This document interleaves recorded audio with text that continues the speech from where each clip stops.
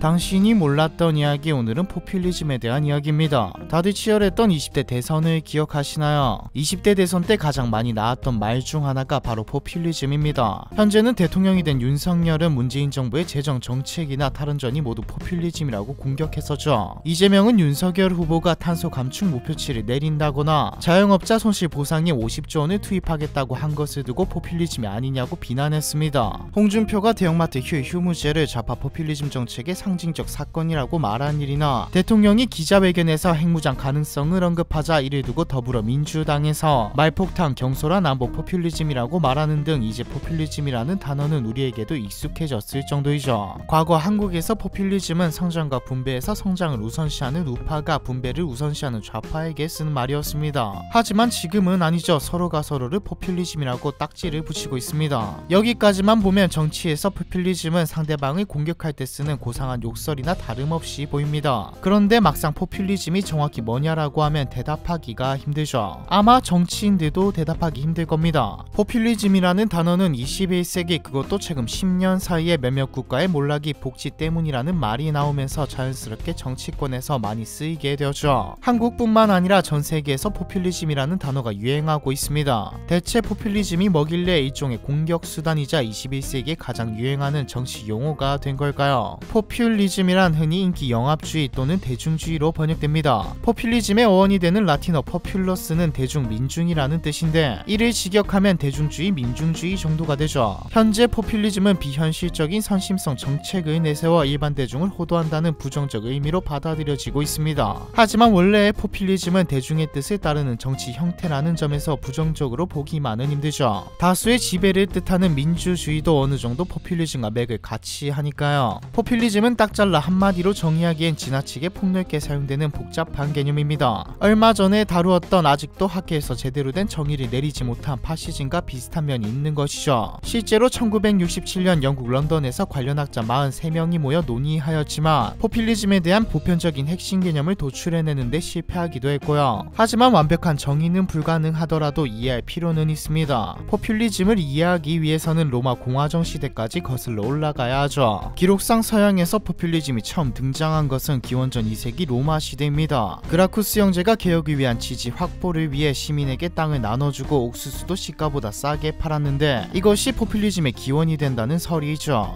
근데 이건 기원이고 우리가 생각하는 근대적인 포퓰리즘은 러시아와 미국에서 탄생했습니다. 러시아의 급진파들은 러시아 농촌사회 전통적 공동체인 미르를 근간으로 한 새로운 사회 건설을 꿈꾸었죠. 1891년 미국에서 결성된 국민당은 러시아를 보고 영감을 얻었습니다. 국민당이 당원들을 포퓰리스트라고 부른 것을 시작으로 포퓰리즘이라는 단어가 퍼지게 되었죠. 미국의 국민당은 남부 농민들을 주축으로 하여 소농지주와 숙련 노동자들의 권익을 찾으려 했습니다. 보통 노동자들의 권익을 지킨다고 하면 사회 엘리트층, 정치인들, 자본가층에 무언가를 요구하는 그림이죠. 이때도 비슷했습니다. 국민당은 누진, 소득세, 상원의원, 직선제, 교통 및 통신에 대한 정부 규제, 거대 기업 간 담합 금지 조치 등을 주장했죠. 당시로서는 혁명적이라 할 수 있는 행보였습니다. 비록 국민당은 20년도 안 돼 해체되고 말았지만 이들의 주장은 미국 민주당의 강령으로 흡수되었고 현재는 모두 실현되었죠. 이렇게만 보면 포퓰리즘이 전혀 나쁠 것이 없어 보입니다. 실제로 이때만 해도 포퓰리즘은 그렇게 나쁜 의미가 아니었죠. 포퓰리즘이 부정적인 의미를 갖게 된 것은 남미 때문입니다. 1950년대 아르헨티나의 후안 페론과 그의 두 부인 에바와 이사벨은 노동자와 빈민을 위한 정책을 편다는 명분으로 국고를 탕진했고 결국 아르헨티나 경제를 망가뜨렸습니다. 국민을 위한 복지 확대가 포퓰리즘이란 이름으로 비난받기 시작한 것이 이 페론 정권 이후부터이죠. 포퓰리즘이라는 단어가 본래의 뜻인 대중 지향성을 본질로 하고 있다며 정치인들은 정도의 차이가 있을 뿐 모두 포퓰리즘적이라고 볼 수도 있습니다. 하지만 이때부터 포퓰리즘은 지금 우리가 쓰고 있는 부정적인 의미인 대중의 인기를 얻는 데만 급급해 현실성 없는 정책으로 여론을 호도하는 자로 쓰이고 있죠. 이 말은 정책의 현실성 또는 경제적 합리성에 따라 긍정적인 포퓰리즘이 될 수도 부정적인 포퓰리즘이 될 수도 있는 겁니다. 예를 들어 어떤 정치인이 대책도 없이 서민들의 고통을 줄이려면 대학 등록금을 현재 절반으로 깎아야 한다고 주장한다면 그는 포퓰리스트라고 공격받아도 마땅하겠죠. 하지만 정치인이 대책 마련을 위해 세제 개편안을 들고 나왔다면 무조건적으로 포퓰리스트라고 공격하기보다는 일단은 대책이 실현 가능한 것인지 올바른 방향인지 등을 놓고 논쟁을 벌여야 올바른 정치라고 할 수 있습니다. 현실에서는 상대편이 타당한 정책을 들고 나와도 서로 공격부터 하기에 바쁘지만요. 결국 나쁜 포퓰리즘을 조심하고 걸러내야 하는 것은 우리입니다. 하지만 앞서 말했던 포퓰리즘은 매우 복잡한 개념이기에 정의도 어렵고 구별도 어렵습니다. 악마는 디테일에 있다라는 말처럼 안 좋은 포퓰리즘은 대중을 속이고 기만하고 결과적으로 봤을 때 국가 전체를 안 좋은 방향으로 이끌게 되죠. 겉으로는 국민들의 직접적인 정치 참여를 독려하고 민주적인 선거를 통해 권력을 잡으려고 한다는 점에서 민주주의와 뗄 수 없는 관계이기도 합니다. 국민들의 의식 수준과 지식이 중요한 이유이기도 하죠. 만약 상관관계를 아무것도 모른다면 저를 뽑아주시면 모두에게 한 달에 200만원씩 드리겠습니다라는 말을 듣고 사람들은 투표를 할 겁니다. 하지만 이 200만원의 출처와 사회에 가져올 영향을 생각하면 뽑을 수 없죠. 그렇다면 우리는 이 포퓰리즘을 어떻게 받아들여야 할까요? 정확히 말하자면 어떻게 디테일에 숨어있는 악마를 찾아낼 수 있을까요? 포퓰리즘은 국민의 분열을 조장한다는 점에서 정상적인 정치와 다릅니다. 포퓰리즘의 특징 중 하나가 오로지 다수를 위한 정치이죠. 아니 인기를 얻으려고 퍼주는 건데 왜 분열이 생긴다는 것이지. 포퓰리즘은 다수를 위한 정치이기 때문에 소수는 배척합니다. 이 소수라는 게 사회적 약자이기도 하고 때로는 강자이기도 하죠. 요즘 말이 많은 PC라는 말 아시나요? 한국어로 하면 정치적 올바름인데 포퓰리스트들은 이런 건 다 뒷전입니다. 이들은 절대적으로 봤을 때 어쨌든 소수이니까요. 당연히 기업의 사업가, 돈이 많은 부자들도 뒷전이죠. 이들도 소수이니까요. 오로지 지금 사회의 대부분을 위해 정치를 합니다. 먼 미래가 아닌 가까운 현재 인기를 노리는 것이죠. 이런 선동에 쉽게 타겟이 되는 사람들은 불만이 있으면서도 스스로 상황을 타개할 수 없다는 무력감에 빠져있는 사람들입니다. 이들은 결과에 대한 관심은 높지만 자신들이 직접 그 과실을 얻고자 하는 열의는 부족하기 때문에 지도자가 불만의 핵심을 찌르는 언변을 구사하면 쉽게 마음이 흔들리죠. 인기가 생기니 관심이 모여들고 여론이 형성되고 대세가 됩니다.